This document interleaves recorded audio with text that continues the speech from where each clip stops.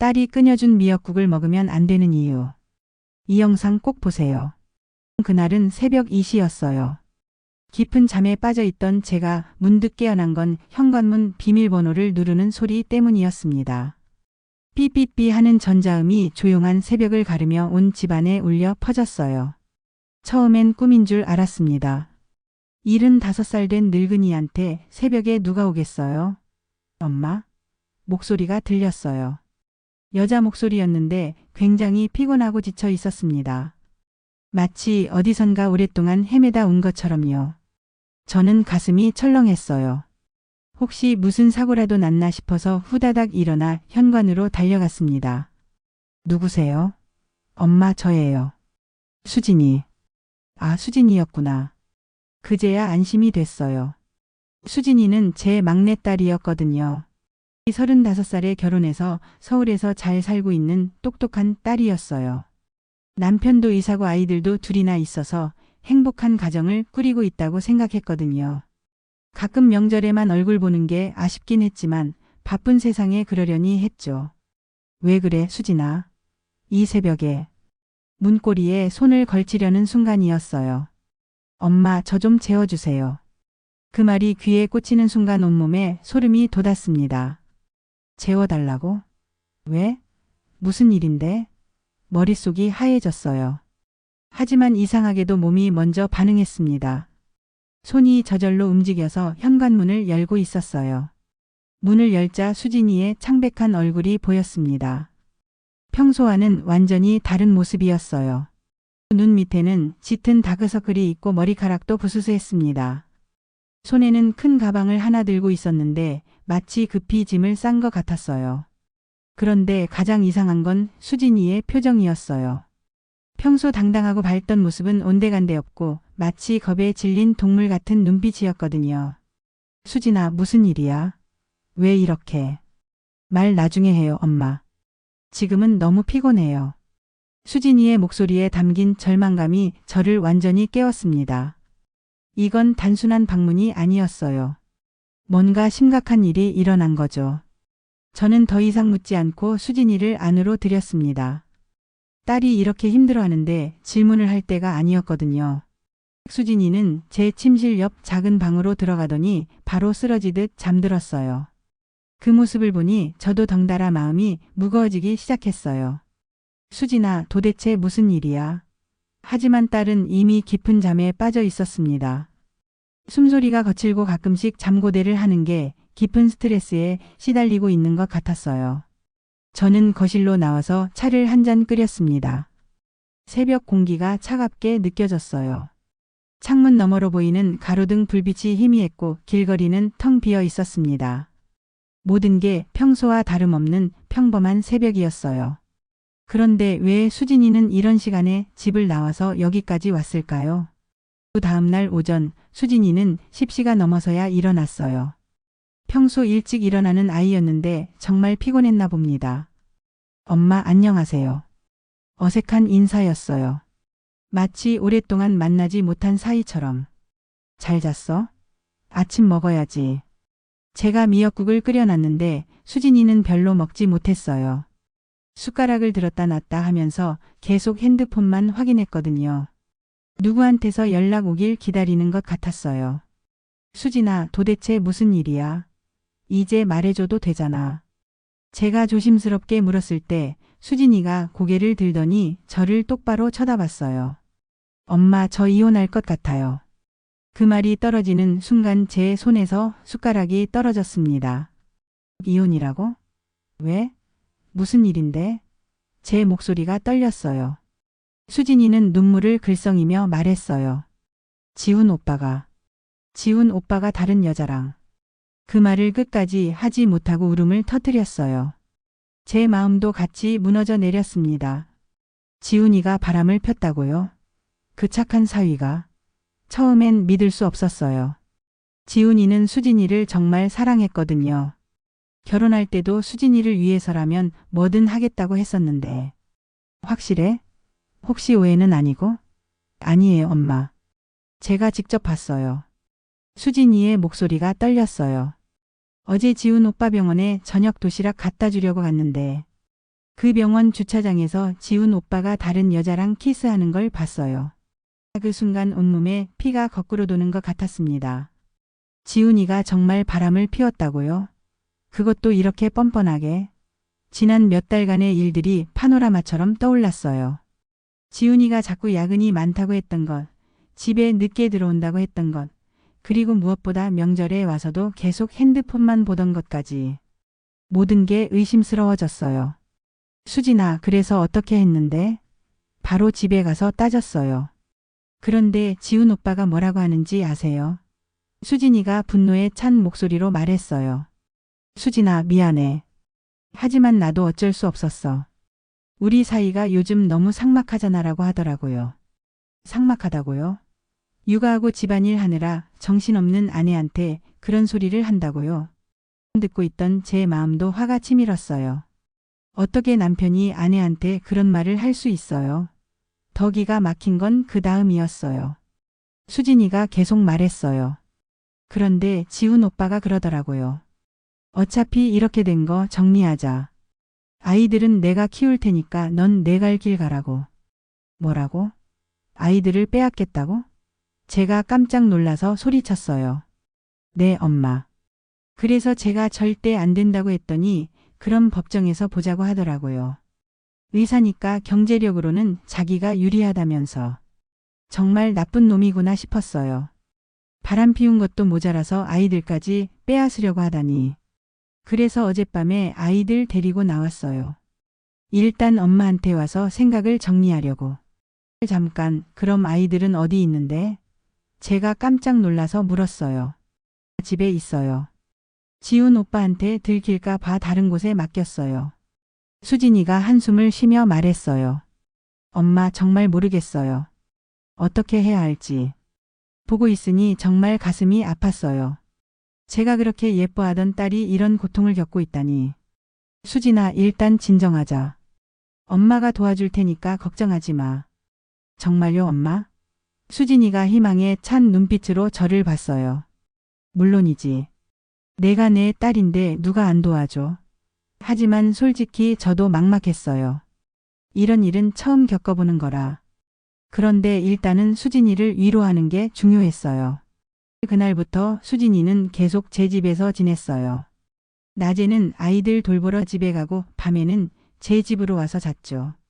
처음엔 일시적인 것 같았는데 시간이 지나면서 뭔가 이상한 느낌이 들기 시작했어요. 수진이의 행동이 점점 이상해지는 거예요. 밤마다 와서는 거실 소파에 앉아서 멍하니 TV만 보고 있었어요. 말을 거의 안 하고 물어봐도 대답을 성의 없게 하고. 그리고 이상하게 제 일에 간섭하기 시작했어요. 엄마, 왜 이렇게 전기를 많이 써요? 절약 좀 하세요. 엄마, 음식을 너무 많이 해서 버리게 되잖아요. 처음엔 딸이 걱정해서 하는 말인 줄 알았어요. 하지만 점점 심해지더라고요. 한 달이 지나고 두 달이 지나도 수진이는 계속 제 집에 있었어요. 이혼 얘기도 별로 진전이 없고 변호사를 만난다고 해도 계속 미루고. 그런데 어느 날 밤 수진이가 갑자기 이상한 제안을 했어요. 엄마, 제가 계속 여기 살면 안 될까요? 뭐라고? 영영 여기서 살고 싶어요. 아이들도 데려와서 여기서 키우고. 엄마도 혼자 사시기 외로우셨잖아요. 처음엔 기뻤어요. 딸이 저와 함께 살겠다고 하니까. 하지만 뭔가 이상했어요. 수진이의 표정이 예전 같지 않았거든요. 마치 저를 이용하려는 것 같은 느낌이 들었어요. 그런데 수진아, 내 일자리는 어떻게 하고? 회사 그만둘 거예요. 어차피 이혼하면 위자료도 못 받을 것 같고 차라리 엄마가 도와주시면. 그 말을 듣고 깨달았어요. 수진이가 저한테 의존하려고 하는구나. 그 일이 있고 나서부터 수진이의 태도가 완전히 달라졌어요. 마치 이 집의 주인인 것처럼 행동하기 시작했거든요. 엄마, 이 집 너무 추워요. 보일러 온도 좀 올려주세요. 엄마, 냉장고에 음식이 없어요. 장 좀 봐주세요. 엄마, 제 옷 세탁기에 돌려주세요. 처음엔 딸이니까 해줬어요. 하지만 점점 더 심해지더라고요. 심지어는 제 친구들이 놀러와도 싫어하는 기색을 보였어요. 엄마, 요즘 같은 시대에 사람들이 자주 오면 좋지 않아요. 코로나도 그렇고. 그러면서 제가 30년 동안 다니던 노인정도 나가지 말라고 하더라고요. 엄마 나이에 그런데 다니는 게 창피해요. 집에서 조용히 지내세요. 그 말을 들었을 때 정말 기분이 나빴어요. 제가 즐겁게 다니던 곳인데 딸이 왜 그런 소리를 하는 거죠? 하지만 수진이가 힘들어하니까 참았어요. 그런데 가장 충격적이었던 건 한 달 전에 일어난 일이에요. 제 통장을 보더니 이상한 말을 하기 시작한 거예요. 엄마, 이 돈 뭐에 쓰실 거예요? 그냥 놔둬도 되나요? 무슨 소리야? 내 돈인데 내가 알아서 쓰지. 그런데 엄마, 어차피 나중에는 다 제가 물려받을 건데 미리 좀 정리하면 안 될까요? 세금도 절약할 수 있고. 그 말을 들었을 때 정말 충격이었어요. 아직 제가 죽지도 않았는데 벌써 유산 얘기를 하다니. 수진아, 그게 무슨 소리야? 죄송해요, 엄마. 그런 뜻이 아니라. 하지만 수진이의 눈빛에서 뭔가 다른 의도를 느꼈어요. 그 일이 있고 나서부터 저는 수진이를 다르게 보기 시작했어요. 정말로 힘들어서 온 건지 아니면 다른 목적이 있어서 온 건지 의심스러워졌거든요. 그런데 어느 날 밤 결정적인 일이 벌어졌어요. 제가 화장실에 가려고 나왔는데 수진이가 제 서재에서 뭔가를 뒤지고 있더라고요. 수진아, 뭐 하는 거야? 아, 엄마. 그냥 펜 좀 찾고 있었어요. 펜을 왜 내 서재에서 찾아? 거실에도 있잖아. 수진이가 당황한 표정을 지었어요. 그래서 제가 서재를 확인해 봤는데 제 중요한 서류들이 어지럽혀져 있더라고요. 특히 부동산 관련 서류들이. 그때 깨달았어요. 수진이가 제 재산을 알아보려고 하는구나. 수진아, 정직하게 말해줘. 진짜 왜 여기 온 거야? 그러자 수진이의 표정이 싸늘하게 변했어요. 엄마는 왜 자꾸 의심해요? 제가 뭘 잘못했다고? 잘못한 게 아니라 내 행동이 이상해. 이혼한다고 해놓고서는 아무것도 안 하고 내 돈에만 관심 보이고. 그렇게 말하니까 수진이가 화를 내더라고요. 엄마, 제가 얼마나 힘든지 아세요? 남편한테 배신당하고 갈 곳도 없어서 여기 온 건데 왜 이렇게 차갑게 대하세요? 차갑게 대하는 게 아니야. 하지만 내가 너무 변했어. 예전에 수진이가 아니야. 그랬더니 수진이가 눈물을 흘리며 말하더라고요. 사람이 힘들면 변할 수도 있는 거 아니에요. 엄마는 제 마음도 모르면서 그런 소리 하지 마세요. 그날 밤 수진이는 자기 방으로 들어가서 나오지 않았어요. 하지만 문틈으로 계속 전화하는 소리가 들렸어요. 누구와 그렇게 오래 통화하는 걸까요? 혹시 지훈이와 통화하는 건 아닐까요? 그런데 이상했어요. 이혼하려는 사이라면서 왜 남편과 그렇게 오래 통화를 하는 거죠? 다음 날부터 저는 수진이를 더 자세히 관찰하기 시작했어요. 그랬더니 이상한 점들을 더 많이 발견했어요. 수진이가 아이들 만나러 간다고 나가는 시간이 너무 짧았어요. 보통 오전에 나가서 저녁에 와야 하는데 점심쯤에 돌아오는 경우가 많았거든요. 그리고 아이들 얘기도 별로 안 했어요. 정말로 매일 아이들을 만나고 있다면 더 많은 얘기를 할 텐데. 어느 날은 용기를 내서 물어봤어요. 수진아, 애들은 잘 지내? 네, 잘 지내요. 근데 왜 요즘은 일찍 들어와? 아이들이 학교 가고 없어서요. 그런데 방학 중인데 학교를 왜 가? 수진이가 잠깐 당황하더니 대답했어요. 아, 학원이요. 요즘 학원에 많이 보내거든요. 뭔가 이상했어요. 대답이 너무 부자연스러웠거든요.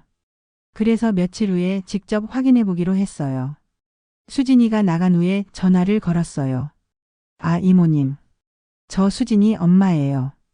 아, 그래요. 수진이는 잘 지내죠? 혹시 아이들은 잘 지내나요? 아이들이요? 무슨 아이들 말씀이세요? 그 말을 듣고 깜짝 놀랐어요. 수진이가 맡긴 아이들 있잖아요. 우리 수진이가 아이들을 어디 맡겨놨나요? 저는 모르는데요.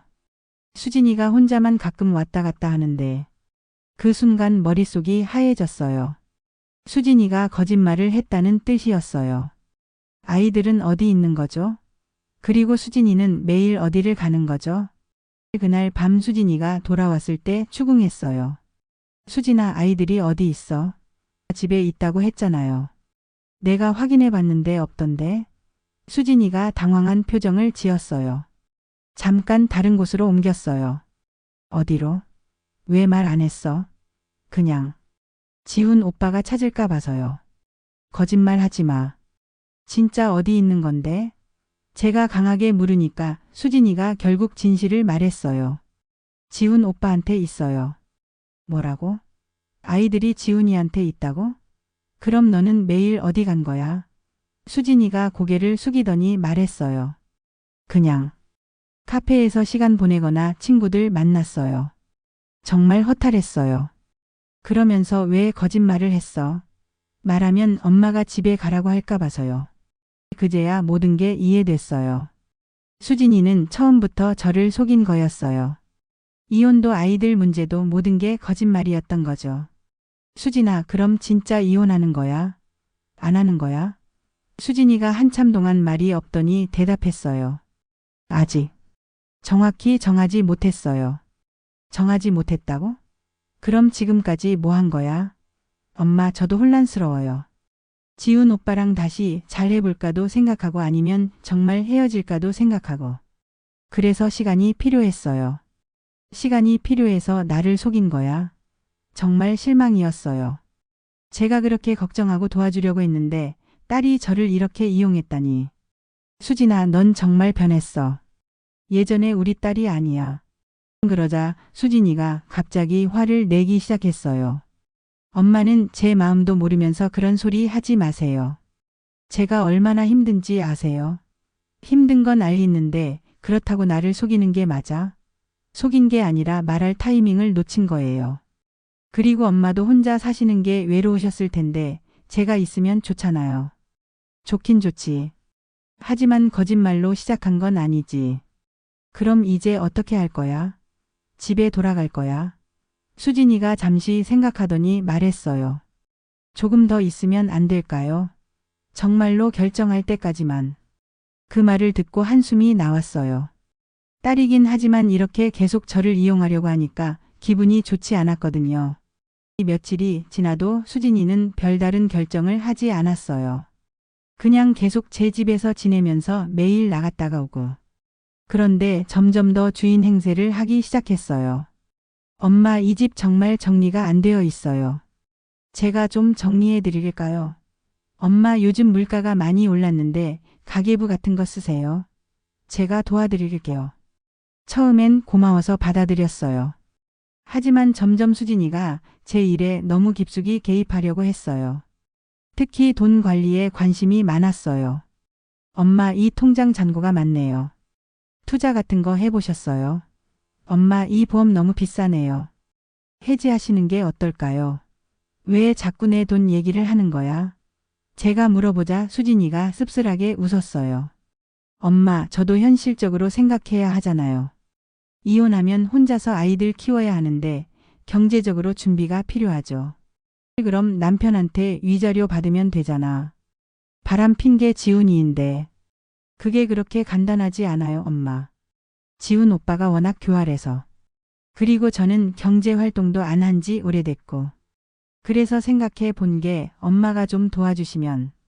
또 그 얘기야. 내가 뭘 어떻게 도와달라는 거야. 그냥.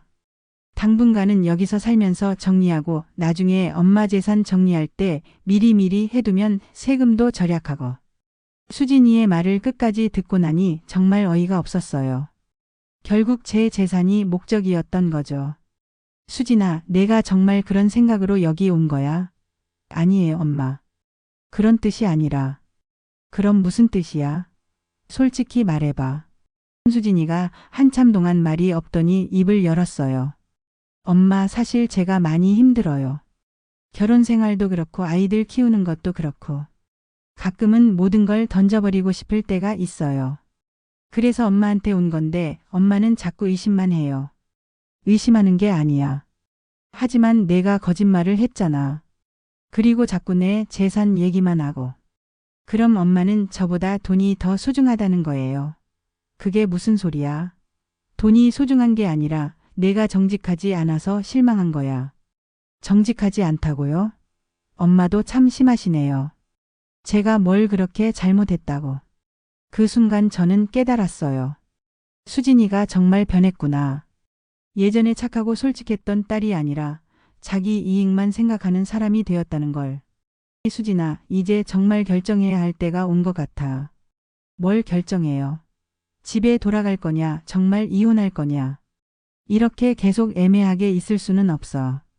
엄마는 왜 자꾸 저를 내보내려고 해요?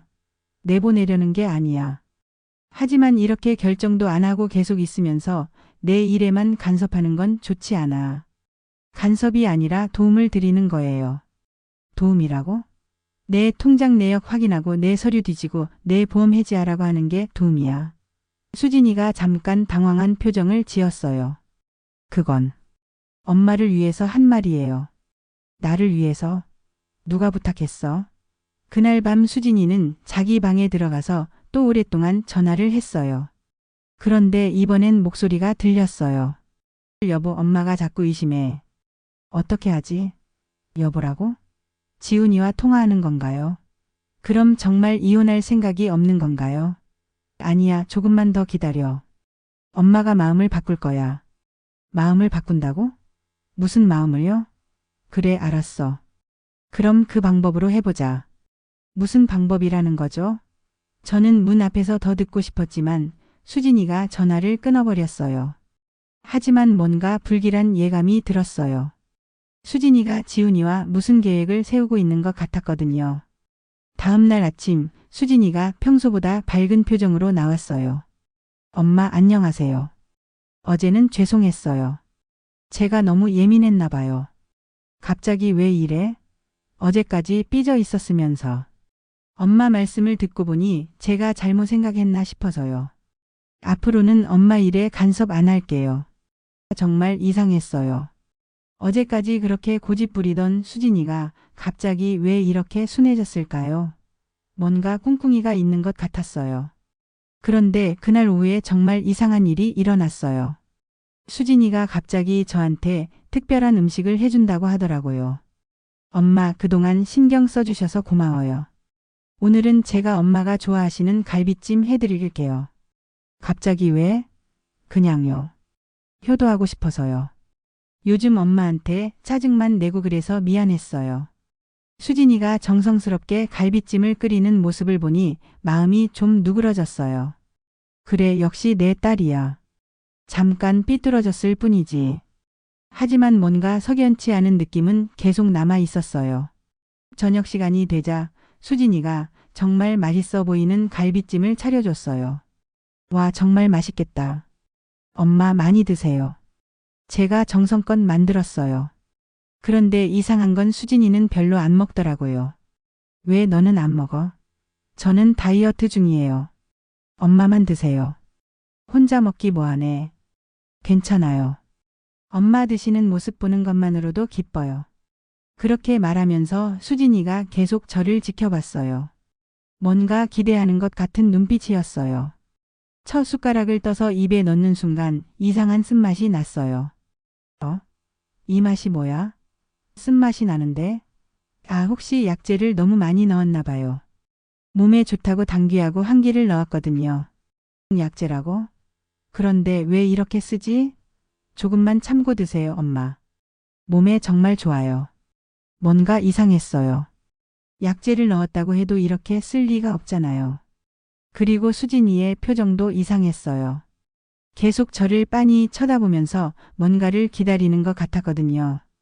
수진아, 이거 정말 약재만 넣은 거야? 네, 물론이죠. 왜 그러세요? 아니야, 맛이 너무 이상해서. 엄마, 그냥 드세요. 금방 괜찮아질 거예요. 그 말을 듣고 깨달았어요.